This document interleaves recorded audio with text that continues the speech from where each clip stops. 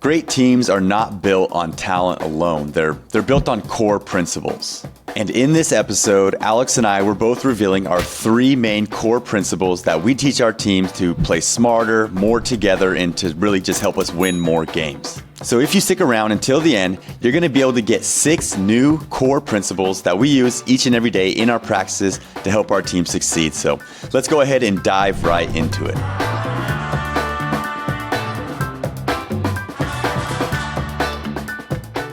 All right, I'm super excited for today's episode because I'm curious and excited to share my core principles. But we'll first start with you, Alex. Go ahead and tell us one of your first core principle that you're going to share with us today and explain why it's so important. So the first core principle that I'm going to tell you guys is something that we teach. I think a lot of teams may use this, and that's the principle of no middle. So we basically teach our players defensively to never let the opponent get over the top, get to the middle, and to be able to drive the lane. And I know there's different ways of looking at this. You know, there are teams that push middle, right? I think especially if you've got a great rim protector who can stay out of foul trouble and is good at blocking shots or deflecting shots, whatever it is, they might say, hey, let's drive everyone into the big man.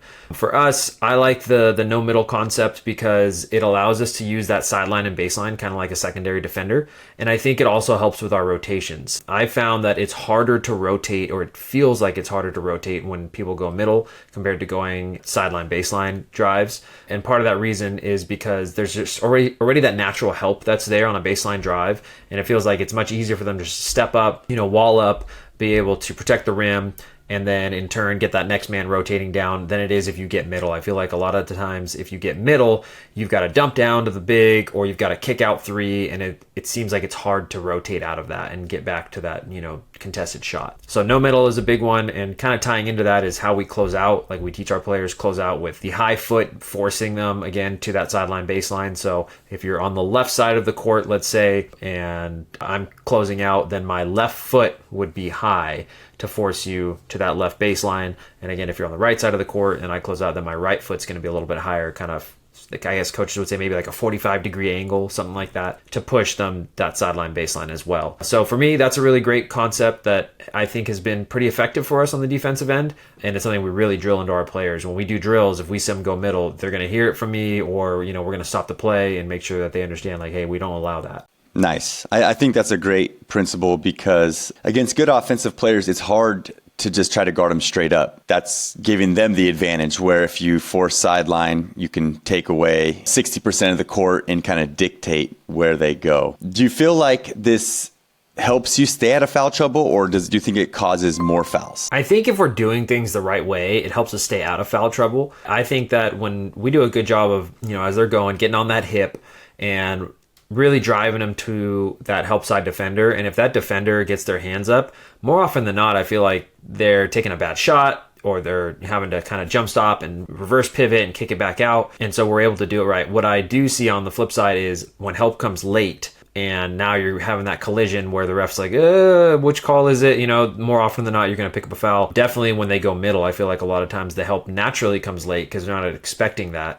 And so they step up late, and I see a lot of fouls in that. So I think when we do it right, I think it reduces fouls, and I think it reduces shooting percentage at the same time. It's just how consistent can you make it, right? Like they're human beings, they're going to make mistakes. The more you can be consistent with it, the better you're going to be defensively. That's a great first one, a defensive one. I'll go ahead and pass it back to myself to do an offensive one. And this concept is a concept that we teach our players to execute on the catch, right? When you catch a basketball, it's called shoot it, drive it, move it. You basically have 0 seconds to make a 0-second decision on to do one of those 3 things: shoot it, drive it, or move it. And it kind of should be in that order too, whether depending on which one you do, right? If you catch it and you feel like you have a shot, just shoot it. Okay, if you catch it and you feel like you have a closeout, drive it. Catch it and you feel like you're in neutral, then just move it, meaning you have a good closeout on you. Maybe it's a short closeout, then move the ball. Because we definitely teach our players like the differences between being wide open with a long closeout, a short closeout, which is one where you don't want to shoot it and you don't want to drive it really because it's basically it gives the defense an opportunity to have a good closeout on you. So that'd be like a move it situation. And then,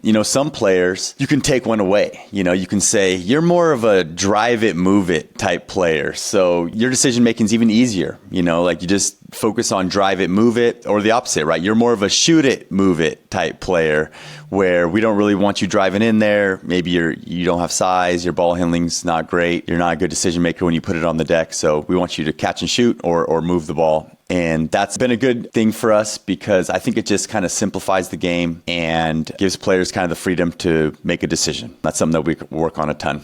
Do you think when you teach them those short closeouts, or I should say not do you think, how when you're teaching those short closeouts versus long closeouts, what do you use as kind of like that measuring stick? Like, is it like a distance gap that they have that you're like, okay, if they're 4 feet off roughly, then it's a short closeout versus 2 feet off is a long closeout. Like, how do you tell them that and give them actual quantifiable things to look for? I wouldn't say that we say like, oh, it's 10 feet versus 5 feet.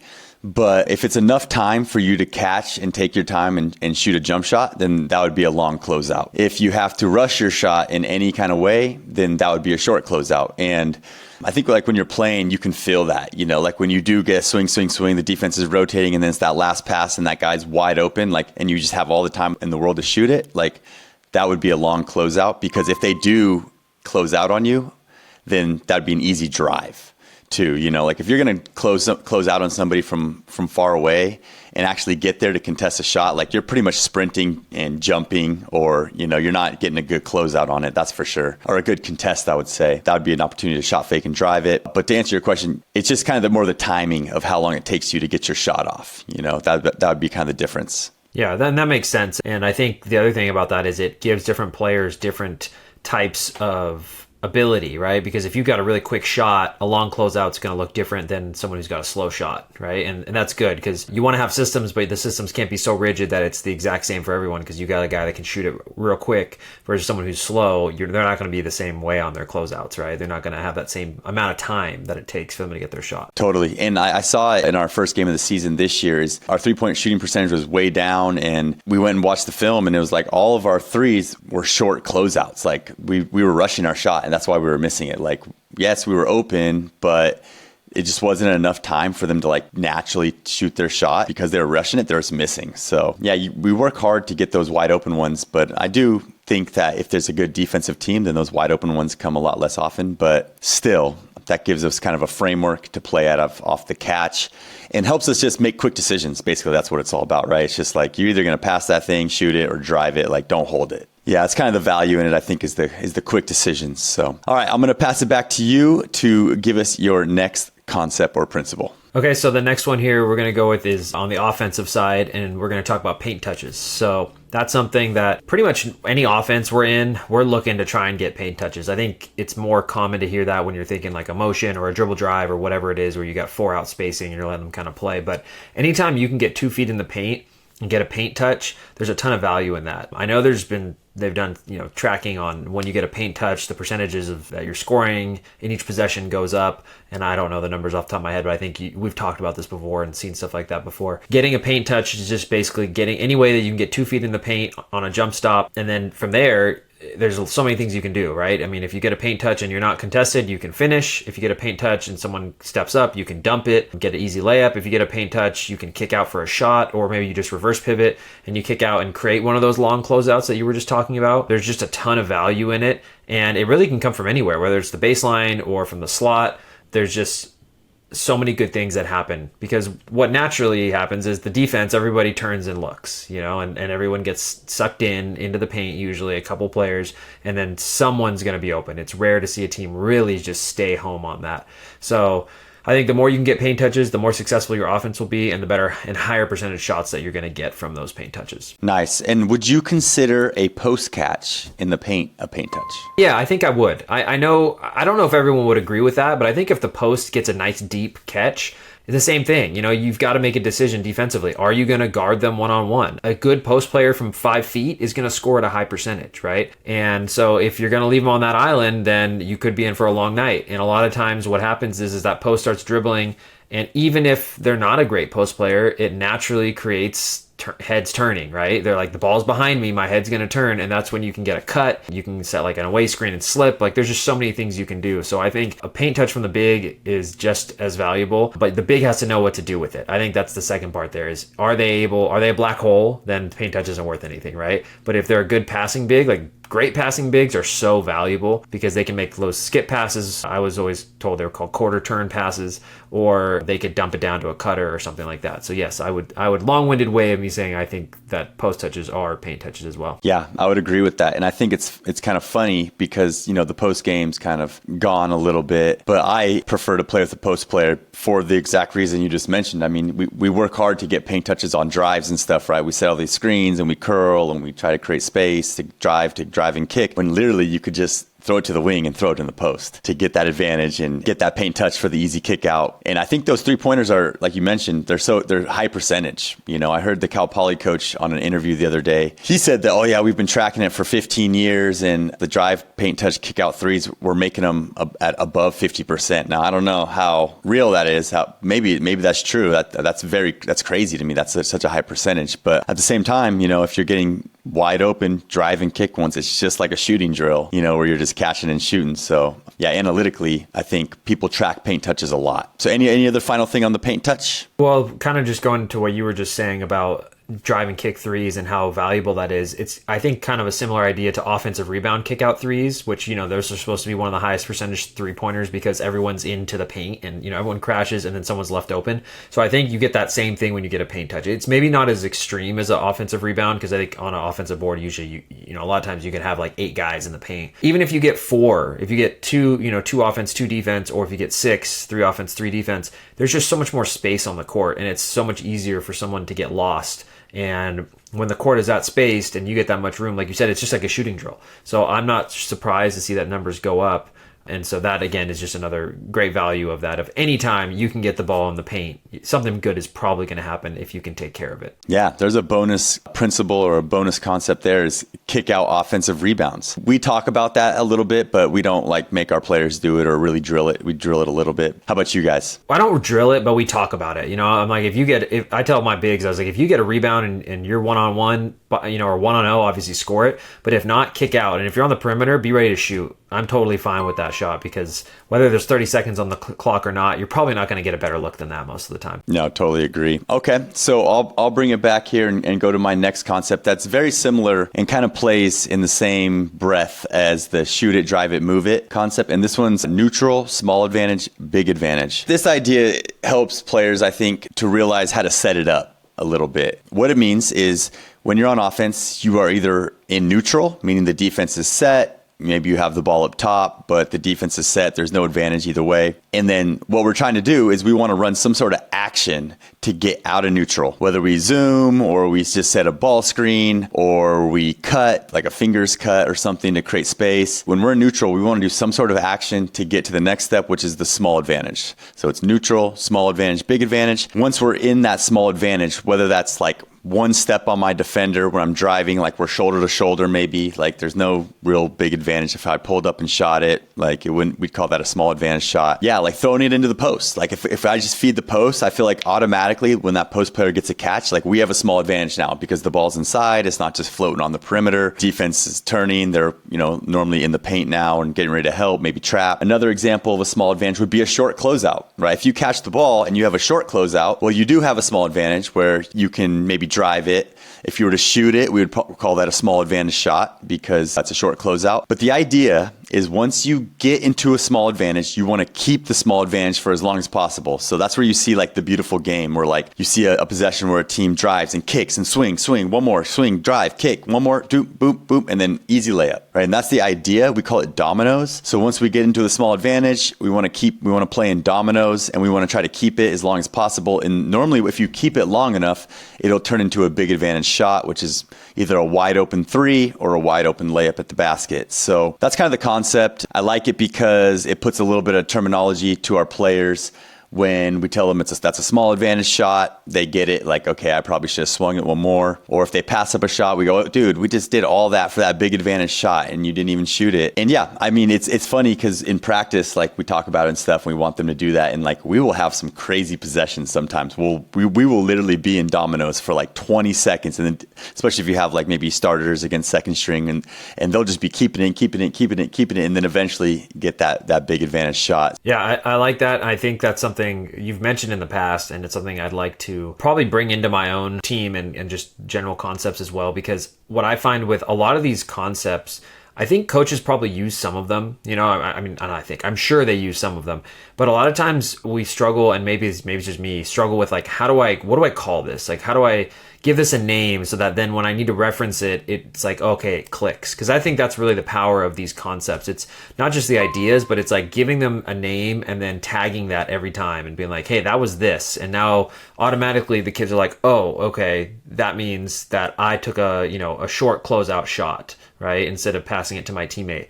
And so I like that idea, and I think it's great for them to think about, okay, you're going to get an advantage almost every possession, but what's the best advantage? And what you're talking about is basically, let's get the best wide open shot that we can every single possession. And you're just changing that terminology a little bit to talking about what type of advantage you're getting. So I think that's a great way to do it, and it keeps them really locked in to those concepts. Yeah, and for me, like when I learned this from another coach, I'm not sure exactly who it was, but it was somebody. And the first time I heard it, a lot of people talk about it now. I know Mark Cassio and Tyler Costin, there's some coaches that talk about it a lot now, but I heard it a while ago at this point. And for me, it was a game changer. Like it kind of changed the way I looked at basketball. Like it kind of took me away a little bit from like more motion, coming down and running tons of motion to like, hey, let's get into a ball screen. Let's try to create an advantage like right away. That's it. That's how I see the game now. Like now I see like, okay, neutral, like let's run some action to get an advantage. Okay, now we have the advantage. Let's play. Or, if we're playing in motion or in transition, that's fine. But like, let's hunt that first small advantage quickly, whether it's just, like I said, a post catch or create space for somebody, let them drive. All I'm trying to say is it definitely changed the way that I think about offense in a lot of ways. So a lot of credit to that one. All right, I will pass it on back to you for your next concept. Yeah, so the last concept here is something we use to basically emphasize help side and making sure that we always know where the ball is. And so we call it our quarter system. And this was taken, I believe originally it was a Vance Wahlberg system, actually, on the defensive side. And the idea basically is you take the court and you cut it into 4 long pieces, right? So you've got like the sideline to, there's usually a volleyball line on every court. So it's like the sideline to that volleyball line, and then the volleyball line to the middle of the court, right down the middle of the lane, and then the other side of the lane all the way to the volleyball line, and then that far volleyball line to the sideline. So if anyone's listening, you can conceptualize that. Just think about full length court, cut it into 4 pieces.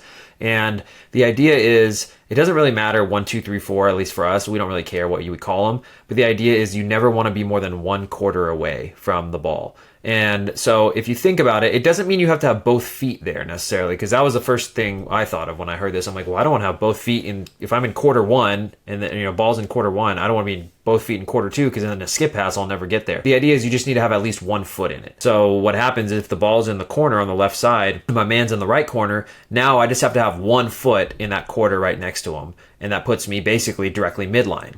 And so by that concept, now kids can kind of think of, okay, where do I need to be? Like roughly, now I have a somewhat of a visual. Most kids can chop a court into 4 pieces in their head and be like, okay, where do I generally need to be? If the ball's, more in the slot and my man's in the corner, okay, where's roughly a quarter away? And it pretty much always puts a kid halfway between the ball and their man, which I think a lot of people teach that, like you should be roughly somewhere in between that space. But it's nice to have like a nice direct cut of like, this is this side of the court, here's this side, this is where you need to be. I think it takes a lot of confusion out of things. I feel like it's helped our girls get into help side better and to be ready to rotate a little quicker. And it's something that, again, just giving the name to the concept. Because for years, I just used to call it help side. Like, we got to be in help. We got to be in help. And I think sometimes kids would get confused. Like, well, where exactly is that? And now by saying, okay, are you in your quarters? And then they can look down and they'll realize it. They'll look at me like, no, I'm not. Okay, coach, I get it. I got to move over. So that's the quarter system. It's simple, but I think it's very effective on help side. Yeah, help side is definitely, we've talked about before, it's like an illusion. It's like a tricky thing for kids. For me personally, like it was always tricky for me. Not tricky, but just challenging, because you don't want to leave your guy. You want to just hug your guy. It makes it easier for you. You don't want them to score. If they score, you feel like it's your fault. When really, it's team defense, and you need to be in the quarters. And so I like that a lot. I'm probably going to steal that one. And that's another reason I think that's so good, is because it just helps, like you said, provide that clarity. The clarity of here's where I need to be, and I can see it in my head, and so they'll get there. So that's a good one, man. Is there any drills or anything that you use, or just kind of walk through that once and show it, or how does that work? We'll usually show it. I mean, if players are obviously returners, they kind of know the system. But for new kids, we'll show it, and then we embed it into the drills that we do. So I think a few episodes ago we talked about some of our favorite drills, and we talked about the defensive workups. So quarter system is in those defensive workups. So they're doing it every day for 10 minutes, and it's just kind of like, I remember you coined the phrase, I don't know if you coined it, but the first time I heard it was your daily vitamins that you do.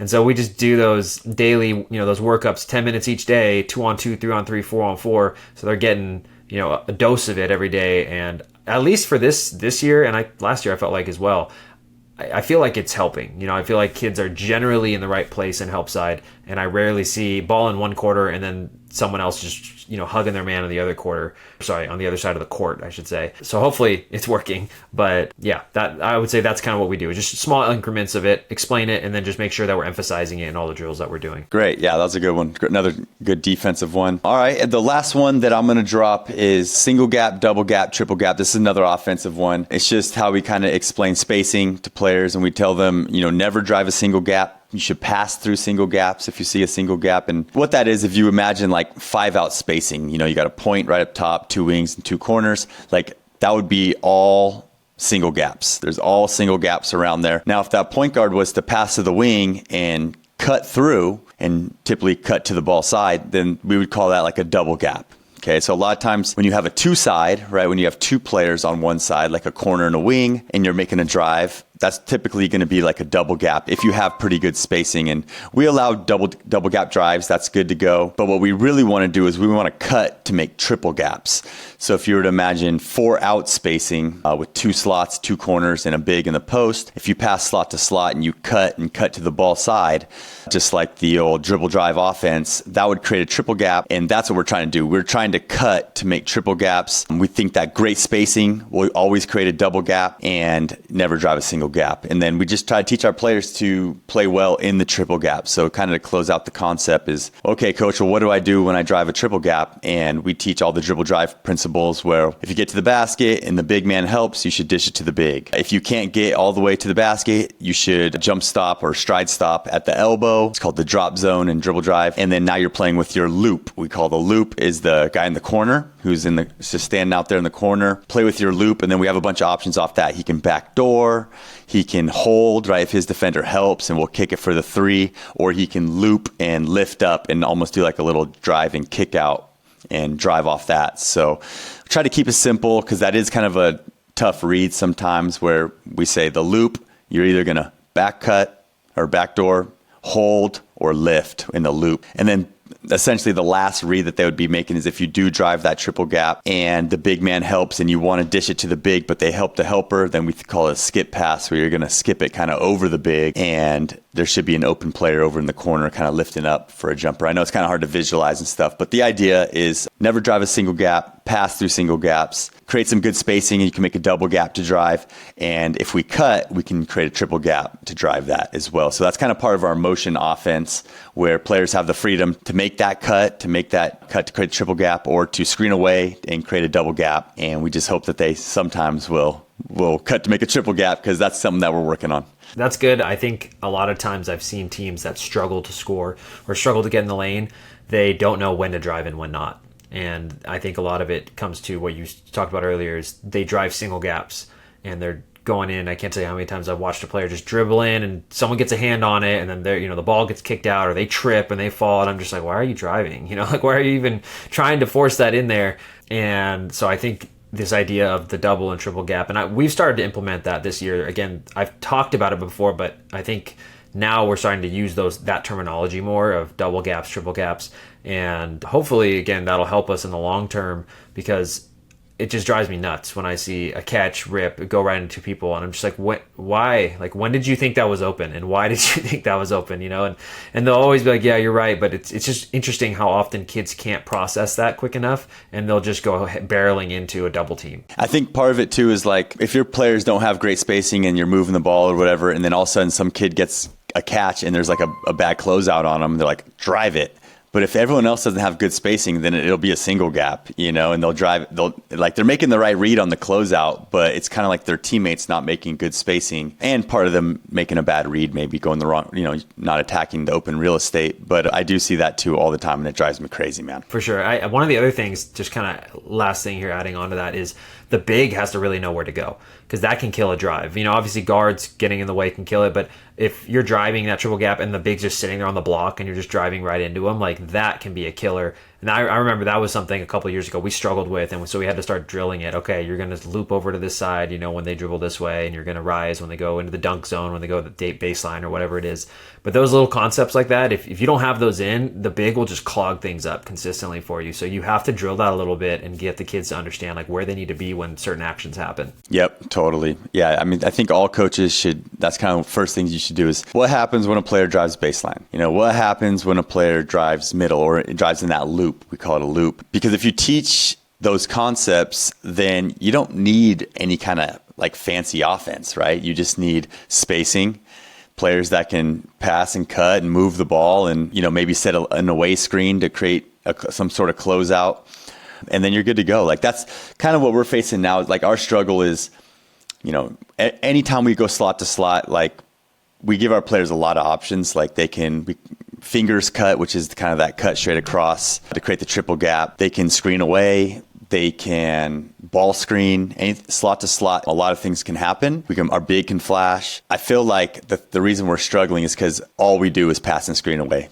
Like it's just kind of in our DNA. It's our habit, where like I want them to go, oh, slot to slot. I got a shooter in the corner. Okay, screen away for him. Or, oh, slot to slot. I just threw it to our best like attack guy. Like cut across, like give him that triple gap and let him play. Like if we can get to that level, then I think we'll be playing to our strengths. But I don't know, maybe that's asking a little bit too much, but I don't know. I mean, if we identify, okay, you're a racker, you're a shooter, you're whatever, like set each other up, then maybe we can get to that level. But yeah, that's the last concept there is the kind of the spacing and creating gaps. Yeah. And just final thoughts on that for me. I think the dilemma you're talking about there is, do you put kids into a box basically and say you're a racker and that's it? And I think if you do that type of stuff, you can systemize. And I think, honestly, you'd probably be able to achieve what you're looking for on a team concept quicker. But I don't know how much you would be developing the kids. And that's the balance there. Like, are you going to take a kid that's a sophomore or junior and say, hey, you're just a racker and that's it, and I don't want you doing anything else? And it's like, okay, maybe that makes your system better, but then does it make the kid better? And you're constantly fighting this battle of development versus, wanting to win. And what are you willing to sacrifice? So it's a hard dilemma. And I'll be honest, if it was me, I don't think I would be so rigid to say you can only do this. But there are coaches that do that and have been very successful. I've seen teams do that as well. So I don't know if there's a right or wrong answer. I think it just depends on what your personal beliefs are as a coach. Yeah, and to me, it's about the kids setting each other up. It's not about telling them you can only do this, but it's just them recognizing like, oh, like that's our leading scorer right there. Like, let me get him a triple gap instead of just screen away so that he has to pass it to the guy coming off, And yeah, because like for me, like the way that I like to coach is like I like to use my play calls, have these quick little actions to set players up to succeed, so they can play their strengths. Like if you're a lefty, like I want you in the right corner. I want to come hard and do a hard dribble handoff with you so that you can come off and use that left hand. Like I want my right-handed guys coming up off a down screen to curl to their right hand. Like that's really how I like to set things up. But I want my players to start doing that. Like, cause I don't want to call plays. Like today in practice, we, ran a bunch of sets and stuff 5-on-0, and then we played and I was like, okay, I'm just going to call a bunch of sets. I'm just going to we want to work on them. Normally I wouldn't call like this, but boy, man, it was ugly. Like it was just turnovers and the pressure defense. We couldn't get into things. And so I'd rather not have to call anything, but I do want players in spots that they can succeed. So that's it. All right. Hope you guys liked today's episode. Those are 6 different core principles that we like to teach on our team. Hey, if you found a new one, then you found a new gem and you can start using it in your practice tomorrow. If you guys like this video and you're watching on YouTube, please hit subscribe. If you're listening on an audio platform, you can follow us there as well. And with that said, we will see you guys in the next video.